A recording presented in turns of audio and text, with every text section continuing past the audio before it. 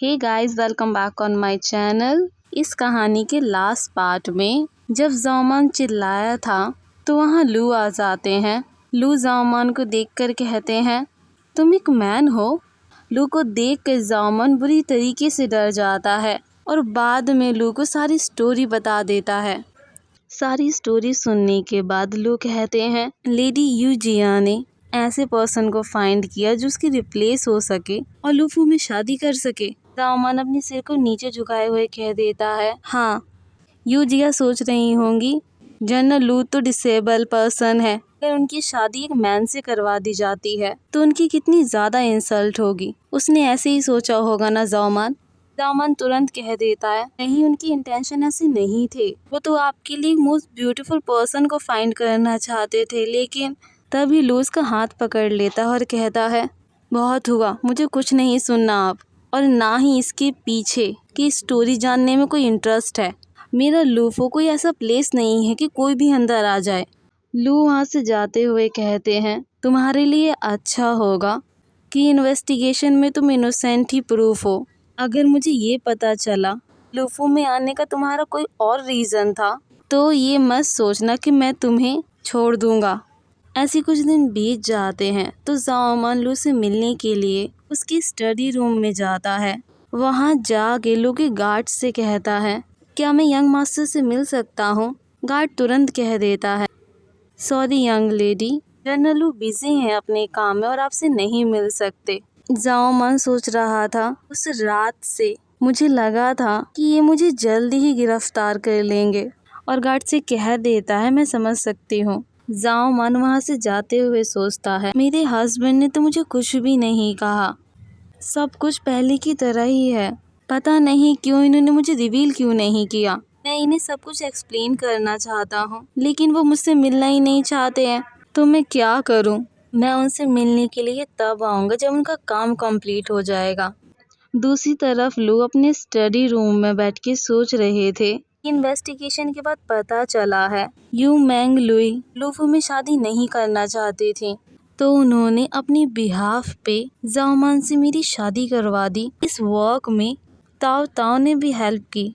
अब वे अपनी आइडेंटिटी को हाइड करके किसी और प्लेस पे रह रही हैं। और ताओ ताओ टाउन की किलर की बेटी है। ज़ाओमान तो उस टाउन से बिलोंग तक नहीं करता, इसका बैकग्राउंड भी क्लियर नहीं है। लेकिन ये तभी लू ज़ाओमान के नेचर के बारे में सोचने लगता है कि वो उसके लिए फाइट करता है, उसकी इतनी केयर करता है। तभी लू अपने माइंड को समझाते हुए कहता है, एक मैन जिसका बैकग्राउंड तक क्लियर नहीं है, ये सब उसने किसी के ऑर्डर पे किया है मेरे पास आने के लिए। लेकिन क्या शायद वो मुझ पे इन्वेस्टिगेशन करने के लिए चांस फाइंड कर रहा हो। दूसरी तरफ ज़ाओमान के कमरे में ताओ ताओ ज़ोर से चिल्लाते हुए कह रही थी, सब बाहर बकवास कर रहे हैं। वो सब कह रहे हैं यंग मास्टर अपनी ब्राइड से हेट करते हैं, इसलिए उनके साथ नाइट स्पेंड नहीं करते हैं। तभी ज़ाओमान कहता है, उन्होंने कुछ रॉन्ग तो नहीं कहा है। तभी ताओ ताओ कहती है, तो क्यों यंग मास्टर आपके साथ इतना अच्छे से पेश आते हैं?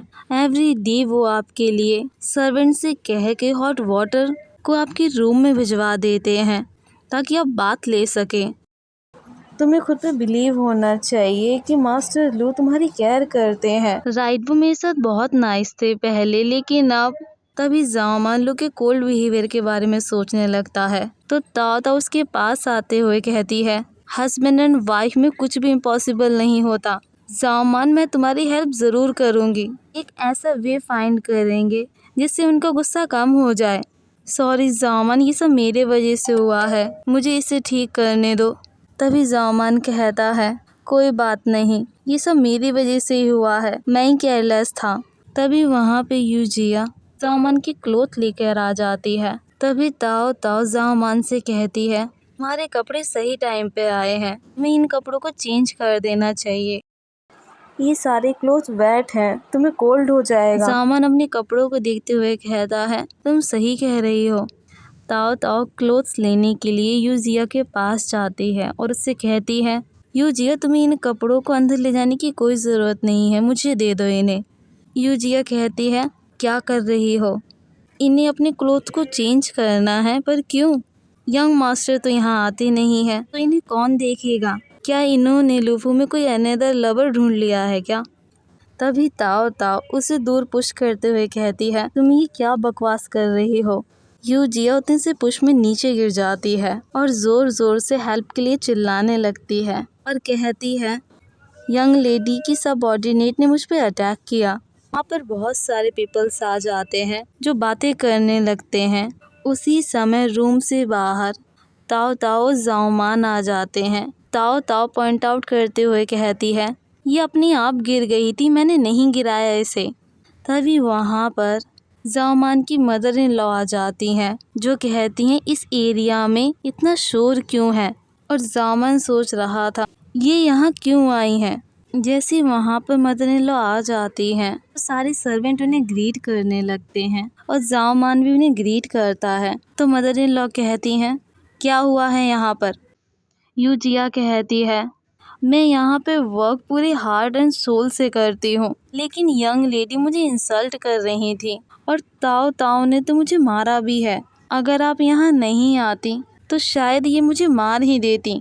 तभी ताओ ताओ चिल्लाने लगती है कि ये झूठ बोल रही है, मैंने इसे नहीं मारा, ये सब उसने खुद ही अपने आप किया है। तभी मदर इन लॉ ताओ ताओ को चुप कराते हुए कहती हैं, चुप हो जाओ, मैंने तुम्हें अभी कहा नहीं है बोलने के लिए। उसी समय पर एक गार्ड ताओ ताओ को नीचे पुश कर देता है, उसके माउथ में कुछ क्लोथ डाल देता है। मदर इन लॉ जाओमान से कहती हैं, तुम एक छोटे से घर से आई हो, तुम्हारी इतनी हिम्मत कि तुम मेरे पैलेस में इस तरीके का बिहेव करो, पीपल्स को हर्ट करो। तभी जाओमान कहता है, मैंने कुछ नहीं किया है। मदर इन लॉ कहती हैं, अब तुम झूठ भी बोलोगी? तभी मदर इन लॉ एक ओल्ड लेडी सर्वेंट से कहती हैं, चलो तुम बताओ कि ये मैडम तुम्हें किस तरीके से परेशान करती हैं। डरने की कोई ज़रूरत नहीं है, मैं तुम्हारी हेल्प करूँगी। तभी वो सर्वेंट कहने लगती है, यहाँ कोई कुछ नहीं कहेगा, इसलिए मैं आपको बताती हूँ। जब मैं पैलेस में आई थी तो मैंने देखा था कि मैडम ने एक सर्वेंट को स्लैप किया था, whip से उसे हिट किया था, और इन्हें रिग्रेट भी नहीं हुआ था कि सर्वेंट भी ह्यूमंस होते हैं।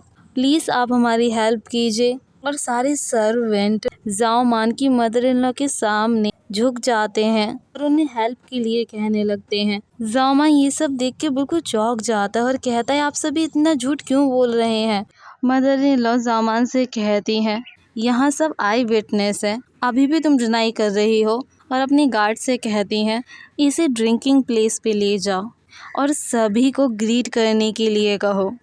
तभी जाओमान अपनी मदर इन लॉ से कहता है, यंग मास्टर लोग अभी भी पैलेस में है, लीगली तो इस मैटर को उन्हें ही सॉल्व करना चाहिए। अगर आप मुझे पनिशमेंट देना ही चाहती हैं तो प्लीज़ आप यंग मास्टर का आने का वेट तो कीजिए। मदर इन लॉ हंसते हुए कहती हैं, उस जैसा पैरालाइज पर्सन यहाँ आना लेट ही करेगा। जो पर्सन खुद खड़ा नहीं हो सकता वो पूरे पैलेस को क्या कंट्रोल कर पाएगा।